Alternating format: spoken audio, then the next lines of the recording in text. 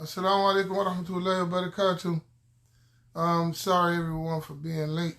There's a lot of things I had to do this morning, and a lot of people kept calling me, and I was getting distracted. So anyway, this is a revisit to our main topic and subject of Tawheed, alhamdulillah, and with that topic, it is the most important topic, as we know.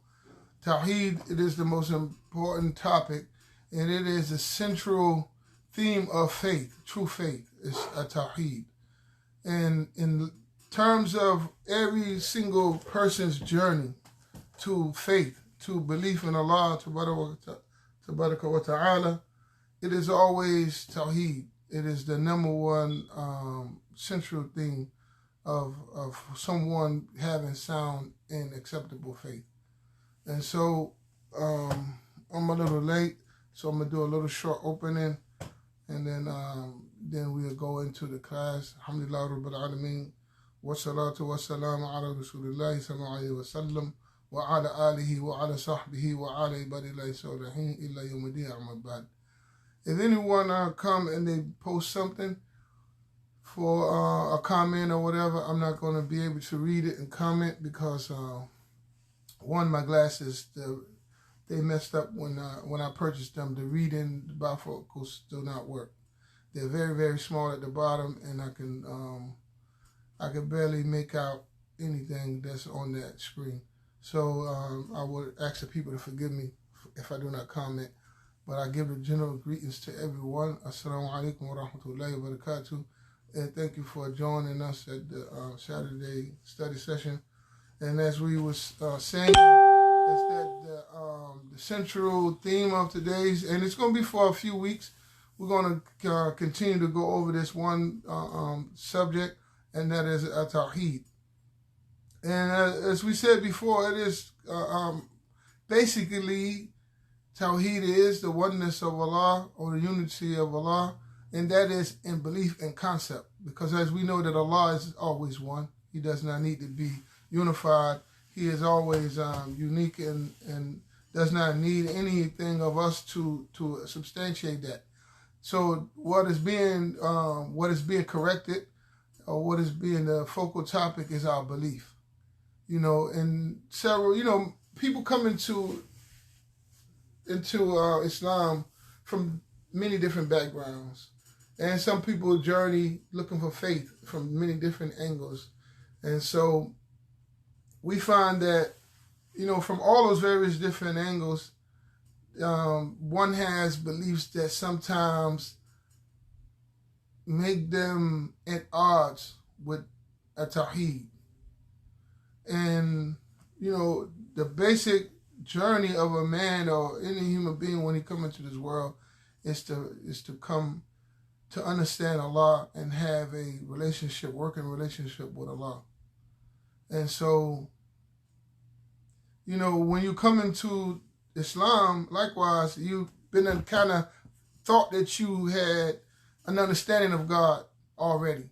So because you come into the world with that journey and that mission. So a lot of us, we start off at the beginning of our juvenile life, coming to terms with God or our existence. And so we believe that we know God by the time we become adults. For those who became Muslim as adults. And many of us who was born and raised in the household of Islam, we tend to believe that we understand what is Allah and how should we believe in Allah and all those things, but yet in our practice and our statements, it's in contradiction to that core understanding of our Tawheed. And this has come from practical, because Tawheed, many of the concepts in Islam they are concepts deriving from the text, from the Quran and the Sunnah. That the people, they look into the Quran and the Sunnah, and they see the scholars have looked at the Quran and the Sunnah, and they see these core principles, and they bring them out and identify them, and then the identification process, they're given names. and like the Tawheed, and many concepts of Aqidah, Shirk, and this, well, Shirk is in the Quran, but these concepts that we run around with today, a lot of them is derived from the Quran and the Sunnah. There was actually words that was mentioned, and some words that were not mentioned, but the concept was mentioned. And so we have these concepts and stuff when we mention these things, and we kind of understand them with a rudimentary understanding, but our practice in contradiction to it. And the reason why it's in contradiction to it is because we're not having the practical understanding of At-Tawheed. And this is why Allah Ta'ala gave us examples in the Quran. The examples of the prophets, the Anbiya. Examples of sometimes lesser known figures in the Quran. And these stories, every person, every character in the story plays a part in teaching us lessons and showing us a lot of what it is to know these concepts in practicality, in practical terms. So, as we mentioned before, like, if you want to know the da'i, the person who's giving da'wah, well, the story of Musa alayhi salam, it is the ideal example of the da'i, the person who goes and calls the people to Allah. Also, Musa alayhi salam, his story, it is the story of the Iman. You read in his story, it is the example of the Iman. And if you want to know the Muwahid, the person who trusts in Allah, you read the story of Yusuf and his father, Yaqub, and you will see the story in that story that they relied upon Allah to an extent that where you learn the perfection of these concepts by looking at their story. And anyone who wants to embark upon these you want to become a da'i, who want to embark upon this path, know that you will walk the path of Musa alayhi salam. If you want to be a true da'i, if you want to be a true imam, know that you will walk the path of Musa alayhi salam and the Prophet Muhammad sallallahu alayhi wasallam. And if you want to ever be a muwahid, a person who relies upon Allah, know that you will walk the path of Yaqub or Yusuf alayhi salatu wasalam, that you will walk upon these paths because these were laid out for you to know. As an example, and Allah mentions in there that it strengthens your faith, and it was to give you, examples. So, Aswatu Hasanat, beautiful examples, right? And so, about Tawheed, in order to walk the path of Tawheed, know that you're going to walk the path of Ibrahim alayhi salam. Because Ibrahim was the Muwahid. And Allah Ta'ala, in many ways,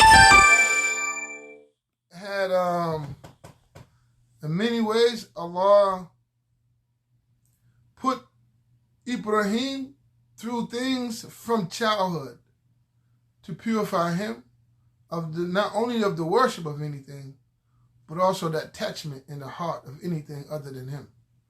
And so he is a quintessential example of the Muwahid, of the person whom his devotion is Allah only. And so we have that in the ayah that's in its meaning that my life, my rituals and all, my life, my death and all of my rituals are for Allah, the Lord of all the worlds. We have that attached to ayahs regarding Ibrahim, because this is what is the outcome of Ibrahim's life. And if you want to become, he ultimately became the Khalil, right? So if you want to become a friend, you may not become the Khalil, but you become a wali, a person who is an intimate friend of Allah, that know that you will walk the path of Ibrahim. Ibrahim from his childhood, he had issues with his family. And then later, issues with the rulers. And then he had to make hijrah from his locality, meaning he had to come from a place of shirk, a place where he could not worship Allah, to go to a place where he could. This doesn't mean you have to leave the country, because in many sense, to hijrah is to leave from one area to another, from Darul Kufr, or place of Kufr, a place of Shirk, and go to a place of Iman, a place of Tawheed, and that could be around the corner, maybe, depending on your locality where you at. But know that in that journey, on that path, in that journey, you're going to follow the path of Ibrahim. So knowing his story, it helps one understand ultimately the path he's trodden. And you may not go through every single thing that he went through, because he was challenged in all ways. Allah was purifying him and making him a Khalil. So they say there's nothing between the Khalil. They like this. So once he get past just the premise of abandoning any worship of other than Allah, Allah took him even further. And so also we can go even further. The person who was born in a house of Tawheed, where he doesn't worship anything other than Allah, but yet his heart is attached to other things, right?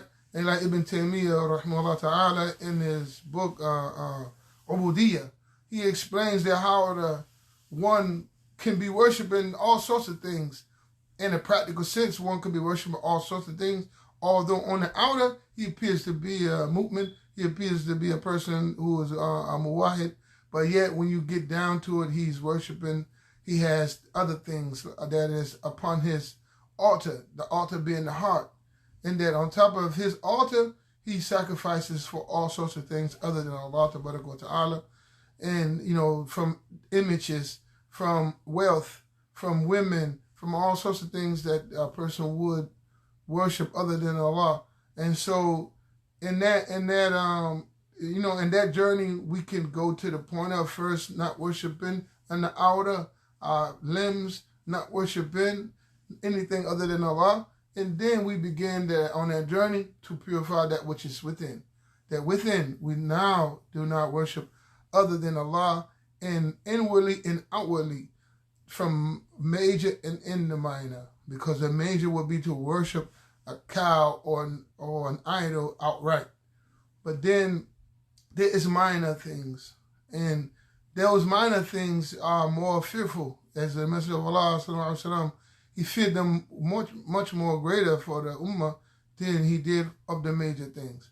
Because the major things were apparent. But the minor things, they are so unapparent. You have to pay attention and be more conscious. And so much we slip into those things.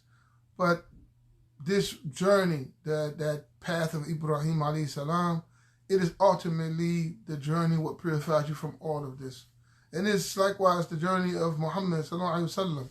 And when we embark on being Muslims, we embark on the journey of Muhammad sallallahu alaihi wasallam, because the Sunnah, that is his path, his footsteps.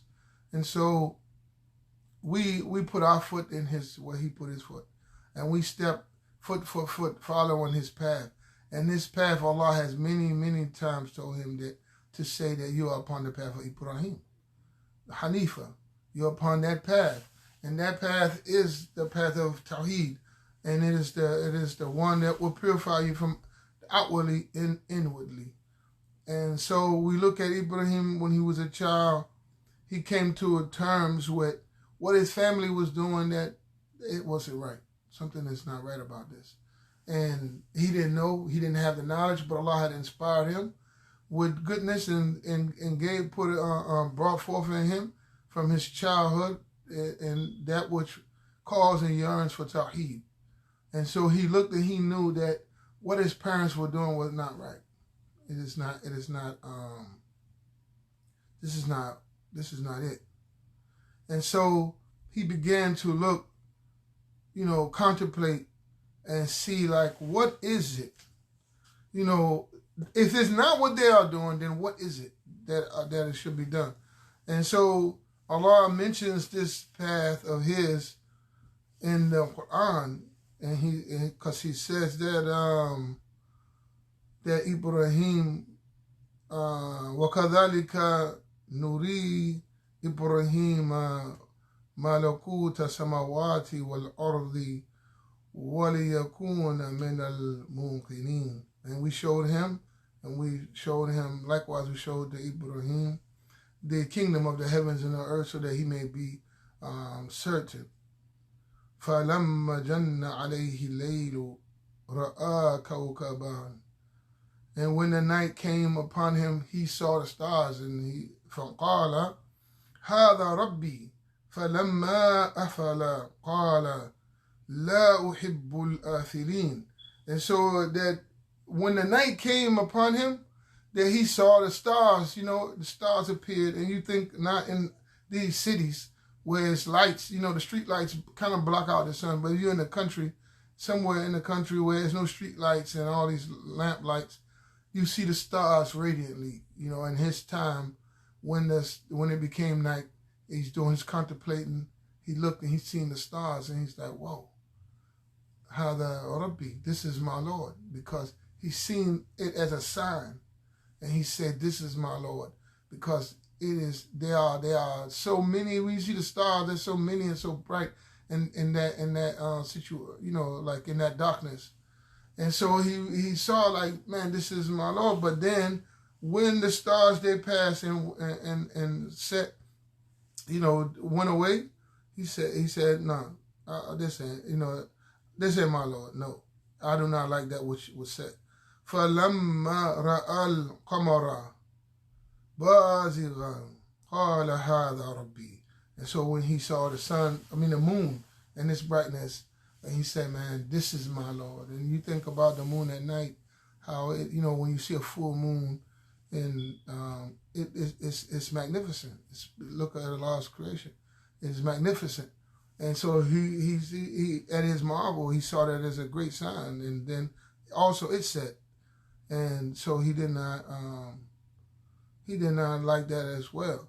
And he said, قال لئن لم يهدني ربي لأكونن من القوم الضالين. He said that if my Lord does not guide me, I would be among those who are misguided, those who went astray. And he understood that, he's taking this as signs. And Allahu Alam, the scholars, they say, Allahu Alam as to, what is actually what's going on. But what Allah is showing us, how that he has saw these things, and, rather as if he took them for God, or his desires saw them as gods, whatever. What he was seeking was Allah. And then so he was seeing this as signs, and he was like, this is my Lord. This is a sign from my Lord. This is my Lord. And then when it went away as well, he was like, if my Lord does not guide me, I'm going to be astray. Because if we leave it to our own desires, our own intellect, to try to determine Allah completely, to try to determine what is the right path on our own, we will go astray. It is impossible for us as individuals to do that, to come to terms. And this is what, stopping here for a second, this is where you find in most of society today. They have put away Christianity because they see the errors and the flaws within the church and within the principal beliefs of the Christians or other people of the book or a lot of things. And so they're discontent. And so they put away these things as he put away the beliefs of his parents and his people. And he was like, I'm not with what y'all doing. And this is what we find today in society. People discontent with religion as it stands, and they say, I'm not with this. I'm away from all of this. And in doing so, they believe that, they have freed themselves.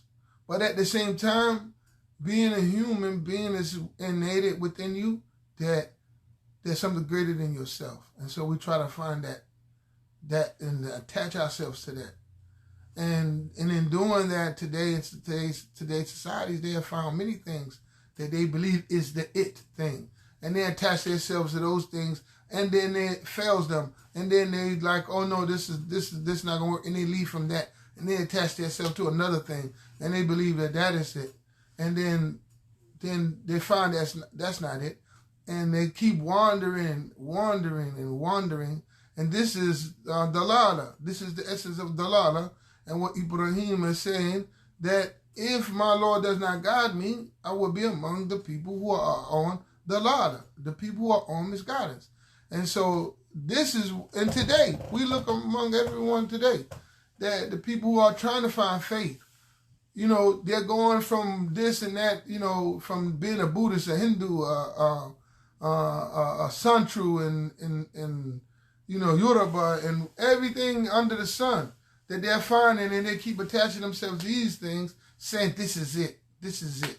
And then they become disappointed, discontent, and they leave from that and go to another, and some think wealth is it. And so they attach themselves to capitalism, and they start getting money, and they like, this is it. And they feel content with this because it provides them power. And power being a god of theirs, they have, and prestige being a god of theirs, that they have said, this is it.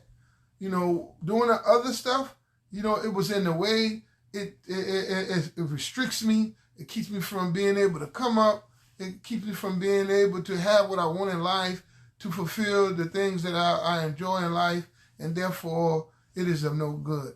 And so we attach ourselves to capitalism and to the worship of wealth and status and all these things, and then they disappoint us.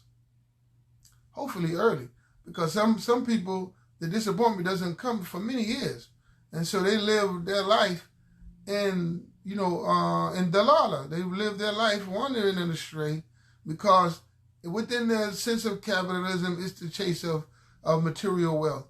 And so they chase this wealth and then that wealth and then this woman and that car, and they go on waywardly throughout their lives, going like this and like that. And this is the essence of dalala. This is the essence of misguidance. And so they're chasing these things, wandering along, thinking that they are each time they're finding their God.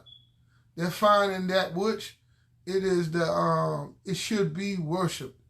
It should be, and when we say worship, what does we mean by worship? Are we saying that they bow and prostrate to it? No.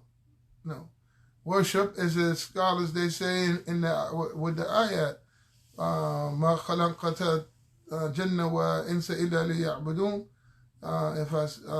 I only created man and jinn except to worship me. They say that is obedience, to obey. And so, in that context, when the things that they're finding that they're worshiping, it's not that they're finding these things and they're bowing and prostrating. No, they're finding these things and they're attaching obedience to them, saying, this is what I should do. Everything that it entails the success of this, that it's warrant me to do in order to keep this going, then I'm going to do it. And so that is an act of worship, because why? You would do these things over what Allah said. Over, you disregard all of that, because whatever is needed to be done to keep this going, I'm going to do it, to keep this woman, keep this car, to keep this job, to keep this money flowing. And then you'll find people that are throwing away all of their values. I'm talking about even the one who does not have a religion. He's throwing away all his value. He's kissing up to a person that he really don't like. He is all, you know, is ready to bend over for people they really don't want to associate with. But because of the success that's associated with it, or perceived success, they didn't do it. They trash their values, trash their principles, and say, man, you know, I got to handle my business. This is a worship. This is a worship. Because we know in the famous with the ayah, and it's meaning that they took their monks and their rabbis as gods, right? And the Sahaba, in the hadith, the Sahaba told the Messenger of Allah, sallallahu alaihi wasallam, peace be upon him, oh, we didn't used to do that. We didn't used to worship the monks and the rabbis. And they said that when they say that Allah, when Allah has made something, or said that something is haram, they come and say it's halal, and you too go and follow them and say that it is halal. And he said, yeah. And then when they used to say something was halal, or they would come and say it was haram, that they too would you would come along and do the same behind them. And they said, yes, we used to do that. And in this way you worship them. So in this way, the people, they worship all these different multiple gods that they have created for themselves, and these things is on their heart, their altar, and they make sacrifices for them daily.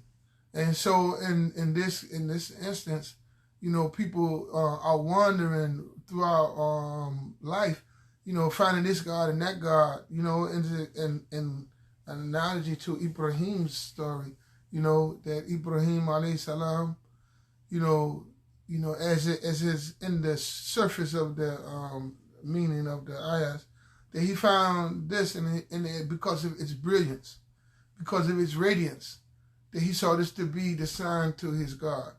And then he seen the moon, and because of its brilliance, because of its grandiose, that he saw it to be a sign to the to his Lord. And so he said, "This is my Lord." And we have submitted to much things in life in a like manner. This is it. This is the lick. This is what it is. And we disregard all of what Allah said. And so, as I said before, that anybody who embarks truly in the mission to find the Creator, he's going to go on this same path of Ibrahim. He's going to follow this same path. And so Ibrahim, he seen the sun, and he said, and it's all of its grandeur. He really, in his session of pondering, he seen the sun, and he's like, whoa, this is my Lord, because it is even greater than everything else. And then he it set, and he knew that, no, I shall not associate anything with my Lord. Because my Lord, he is the creator of all of this.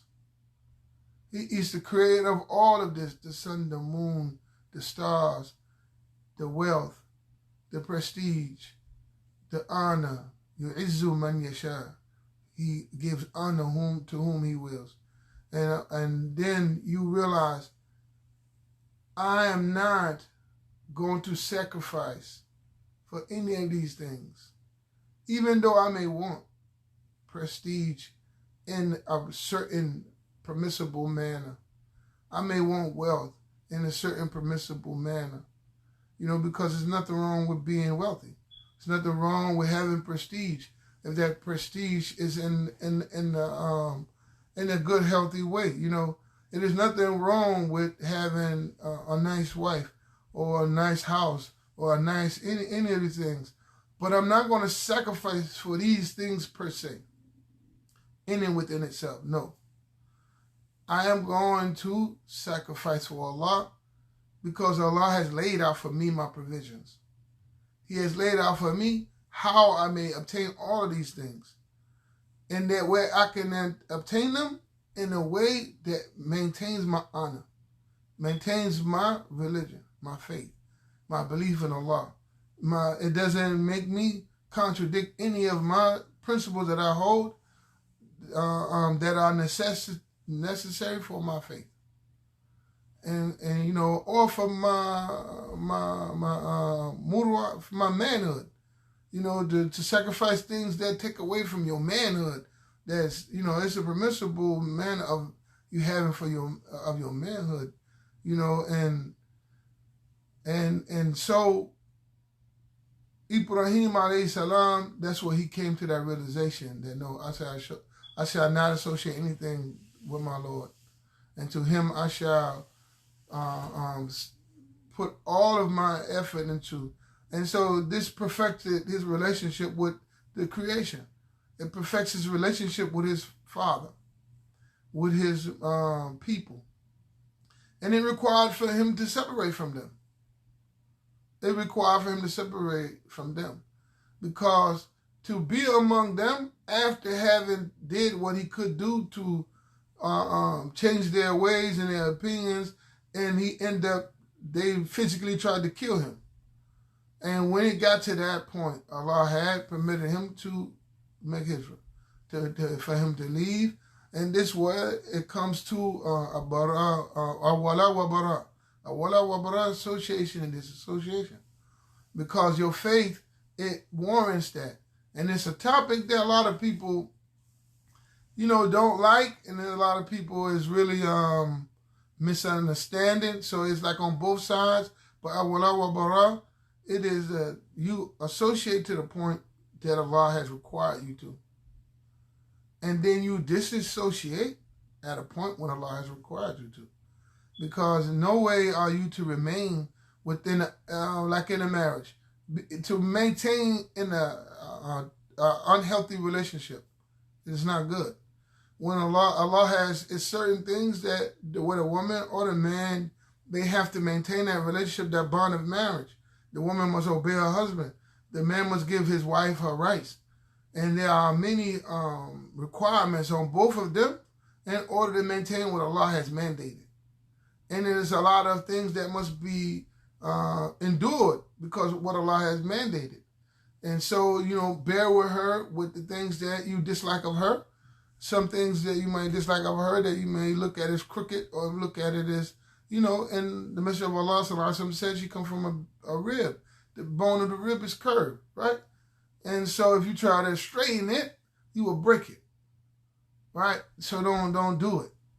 So you have to bear with her. But then what happens when her or him become where it's now a point of he abuses her, beats her, or mentally abuses her, and not just because her feelings is hurt, because people, the women are very sensitive, so their feelings can get hurt very easily.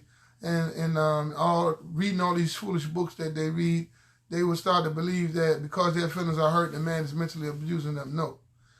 But the Quran and the Sunnah set the standards of what the abuse is. And so if he begins to abuse her in a true sense of the abuse, and he begins to dog her out, now it's not right to stay in this relationship.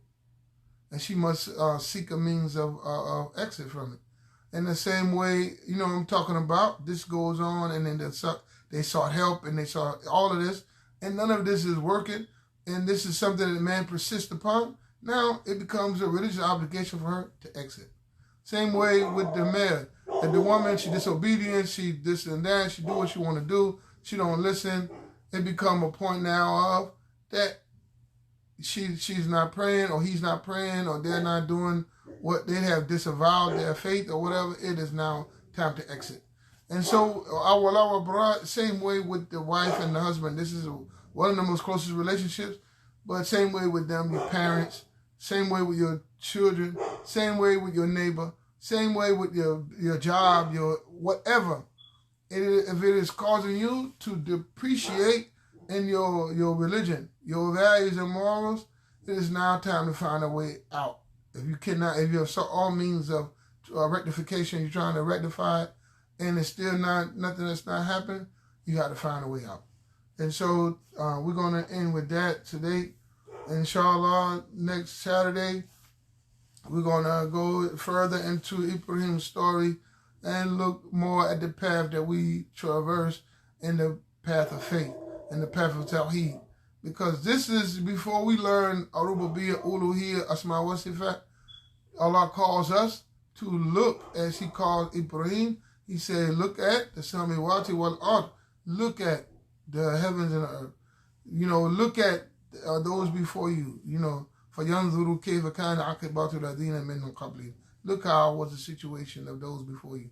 Allah calls you to many times to look within yourself and in the heavens and the earth. And so that's the first call, the first, like Ibrahim. That's the first leg of the race, sort of.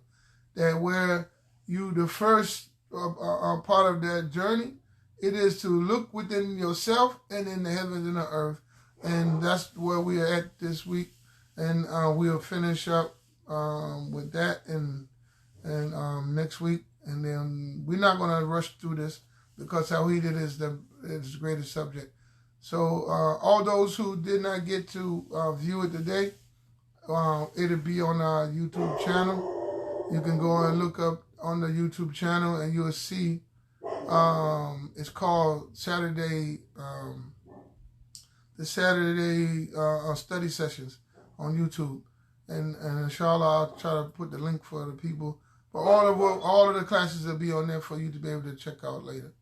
All right, so that's it for today. And we will pick up next week. Subhanaka Allahumma wa bihamdika ashhadu an la ilaha illa anta astaghfiruka wa atubu ilaik. I mean.